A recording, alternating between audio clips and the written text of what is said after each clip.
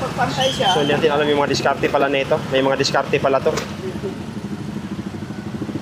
Biro mo, nail cutter, akala mo sa kuko lang. Kasama yan, yan ang maganda pang ipit. Alright, may buntag mga katawan. So dito tayo ngayon sa labas. Nag-check ako sa motor ko. Pero intro muna tayo. So mga katawan, yung isang motor ko, yung laging ginagamit ko, nandito siya. Ayan.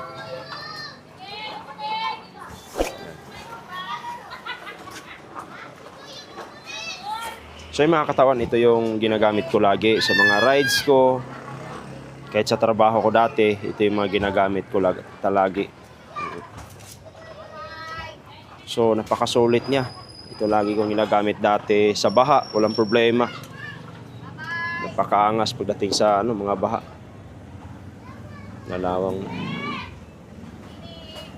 Ito si FC 150. Ito may top box. Yan. Sulit yan, may top box siya. Yung naked bike ko. Kahit nung nag-rides kami ni John Riot, yung mga camping namin, ito lagi kasi nga panglaban ko talaga sa baha to. Kaya lang, dumating talaga yung point na syempre, kailangan natin mag-upgrade dahil naawa tayo sa motor natin. So, kailangan na natin siya palitan. Alright? Hindi naman siya papalitan. Parang may katuwang na siya, may kasama siya sa ating pang-araw-araw na trabaho. Alright? Kumuha tayo ng motor, hindi magmamayabang para sa pang-sariling interest, kundi para sa trabaho natin. Alright? Tapos ito yung handle natin sa 360 natin. Yan. Ito yun. 360 natin. So, napakasulit tong motor na to. 10 years na to sa akin. Baha. Dami ng baha ang tinawid namin nito. Hanggang ngayon, andito pa rin siya. Alright? Tapos yung natin, yung gulong natin, medyo kalbo na, pero goods pa naman. Walang problema. Okay pa naman yung gulong natin. Alright? Tapos yung bago natin, ito, ADB 160. Yan. So, nag-upgrade tayo mga katawan. Ang in-upgrade natin dito is itong side mirror natin. Yan, sinabi ko naman sa inyo. Ito. Tapos bagong dating, ito. Pinalitan natin para di makita yung wire niya. Tapos ito, ako nagkabit. Kailang palpak kasi may mga pa palpak siya. Kaya so far, yung takbo niya, yung natin, okay naman. Wala naman siya nagiging problema. Ang lakas humatak, anytime, kung gusto mong pigain, ibibigay talaga sa'yo. Alright? Tapos ngayon, lalabas natin siya kasi nga kahapon hindi natin ito napatakbo. So ngayon, itakbo natin. So yung takbo na ito, nasa pa? 100 kilometers pa lang. Ayan o. 104. 104 pa lang yan. So ngayon, patakbo natin. Iikot tayo. Kahit pa paano. Opya! Tama. So ito yung kagandahan mga katawan dahil ito talagang gusto ko kasi pag nag-vlog ako, hindi na ako mag-clutch.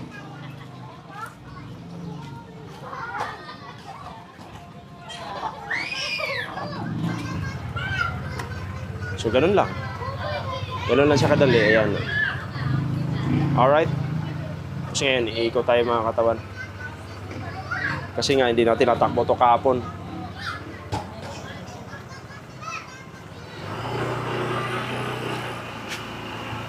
So, komportable siya dahil ito lang yung niya. Ganun lang tayo.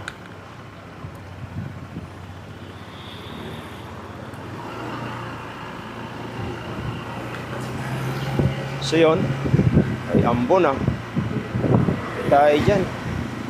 Bagong linis tapos ambon.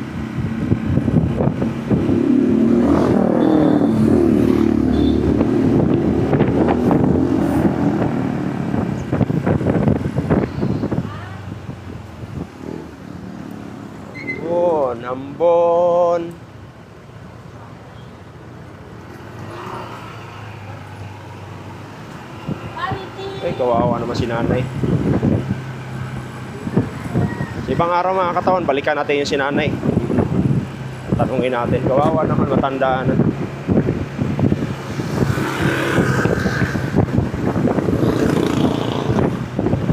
So, okay naman siya, kaya lang yung katawan, yung ano ko, yung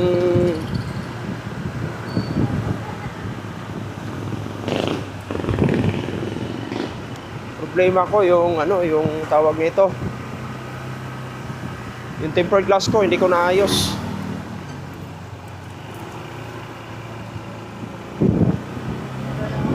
Yun ang nagiging problema, yung tempered glass ko. Ayan, no? Hindi maganda pagkakabit, di kasi ako marunong. Sinusubukan ko lang siya, kaya papalitan ko na lang.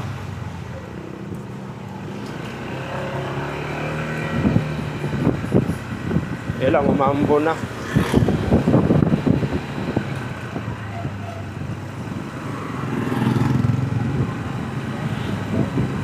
Ito yung palengke dito, oh. Dito ako bibili ng isda.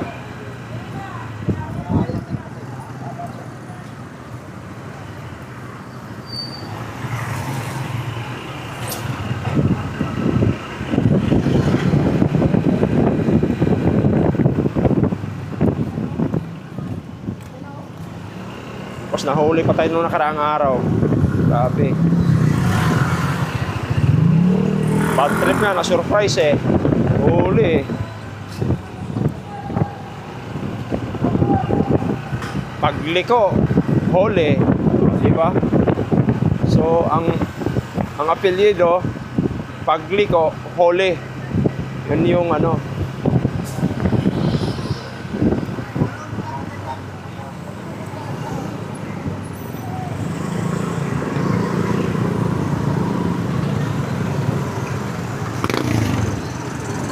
Yan. Yan lugar namin dito. Pagka umaga, tanghali talaga, grabe ka traffic to dito. Tapos minsan pag nag-gym ko doon sa taas, yung gym namin doon. So ayan. Coach naman, walang problema. Yung motor natin. Alright. Ox na ox.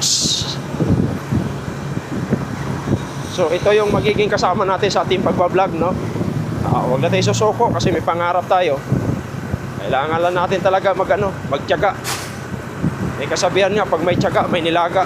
Alright?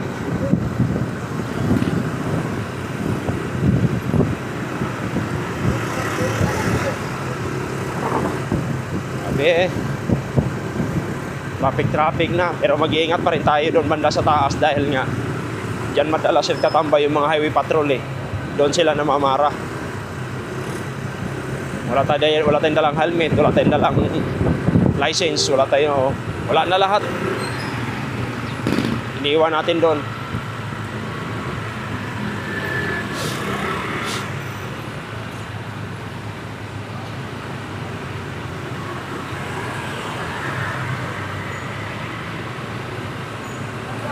Traffic talaga. Diba? Welcome Don Bosco. Ayan o. So mga katawan, Don Bosco na to rito. Don Bosco na to. Tingnan natin dito, baka may huli, hiyari tayo. Ayan.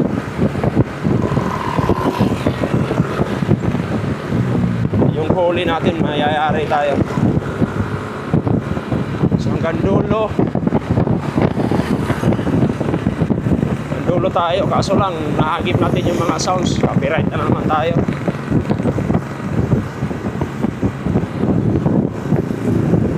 Grabe.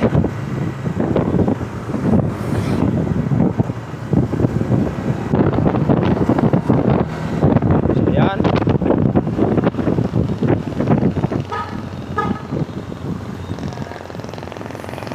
So mga katawan, babalik na tayo.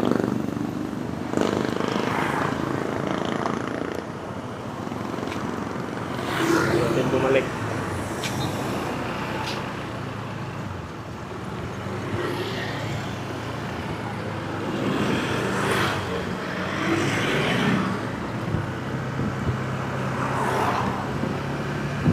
So yun lang mga katawan, update sa mga may simbahan din pala rito. Ayos may simbahan din pala dito. So yun mamaya katawan, mag-vlog tayo din mamaya kasi nga pupunta tayo ng location. Doon tayo mag-vlog dahil napakalaki talaga yung abandoned building na yun. Hindi pa natin naikot. Sa ganda na yun, sa laki na yun, hindi pa natin naikot. Kaya ikotin natin yun mamaya doon. Alright, ang full time ko is 4. So kailangan 2 pa lang, alis na tayo dahil sobrang traffic talaga. Grabe yung traffic. Hindi mo yung traffic. Grabe yung traffic talaga.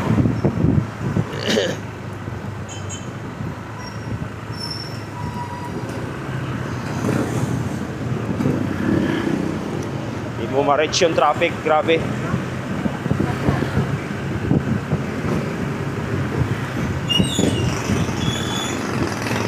Baba ng pila.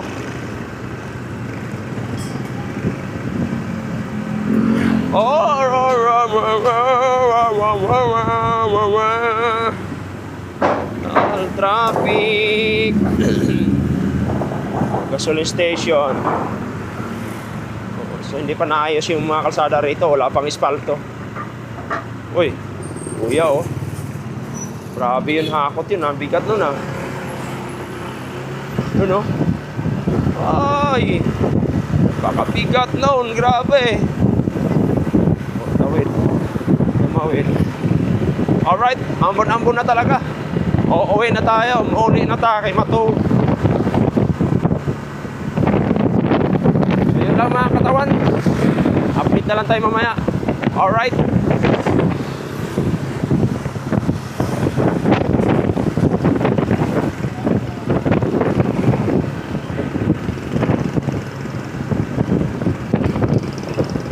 Stabilizing. Macdo. Oh, dito. So dito ako nahuli oh. Dito sila nakatambay, biglang liko. Hindi ko napansin. Traffic ah.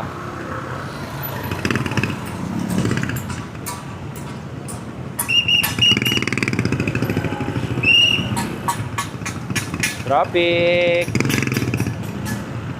Traffic, ang traffic.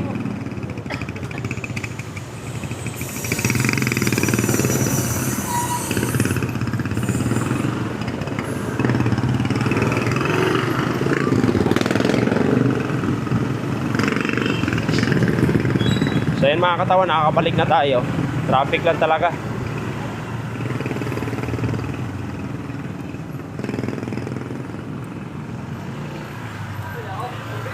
Alright? No, alright. Alright.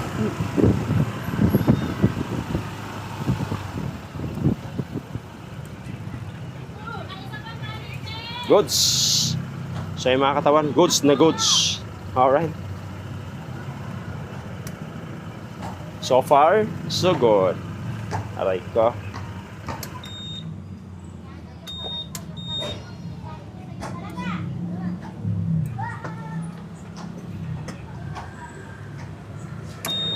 So yung mga katawan, okay na.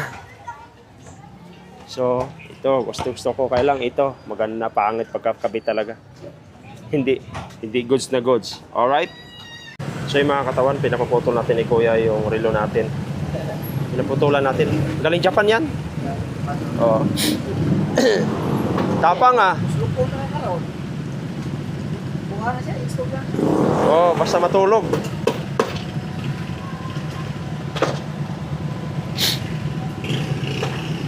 So, inayos na ni Kuya. Ganun lang pala magtanggal niyan? Oo, kailangan lang marunong ka kasi na may iba na pag napukpok mo sa mali, Oo. na iba ba yung hindi sa guide, masira. Putol. Yari. Yari.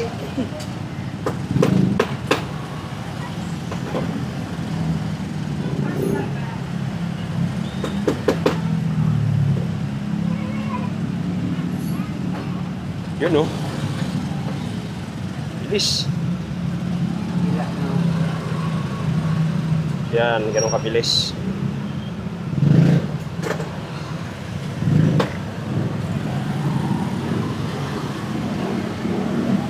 Kabilaan bawas. Oo. Kabilaan pala yan. Pag sa kabila lang, Tabingi. kabila, tabingi. Ay, pantay man siya, pero kapag di pantay, Okay. yes, na ibawasan. Pero pag pantay siya, kapag kabila lang, tabingi, pantay naman yung pag Oo. meron kasi iba na mas mahaba yung kanan o kaliwa, doon ka magbabawas ng marami. Oo. Pero kapag pantay siya, So, hindi natin alam yung mga diskarte pala nito. May mga diskarte pala to. Biro mo, nail cutter, akala mo sa kuko lang. kasama yan ang maganda pang ipit. Oo. Yan, pantay siya. Pag ganon yan, pantay. Try natin.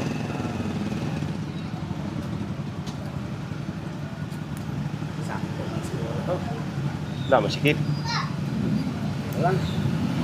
Ayun, no? Hindi lang yung gaya. Galing ah. Dali natin yan. Bigay talaga to. Oh. Okay na lang kung sabihin lang may Okay naman, okay na. Di ba? Yan, kasi pag Pag isa pa, sikip na masyado. hindi na mulak pero ipit yung balat mo. Oo. Okay ah. Kasi galing Japan eh, sabi ko pambira. Kaibigan ko. At least din Yes, Tagalog. Sige mga katam. Magkano to kuya? 50 lang. 50. Buti may dala tayong 50. Okay. Palit pugsutan. Palit ng sudan. Atay sa kilong bugas. Oo. Sige kuya, maraming salamat. Oh, nice kuya oh. Galing. Sige kuya, thank you. Oh, ayan mga katawan.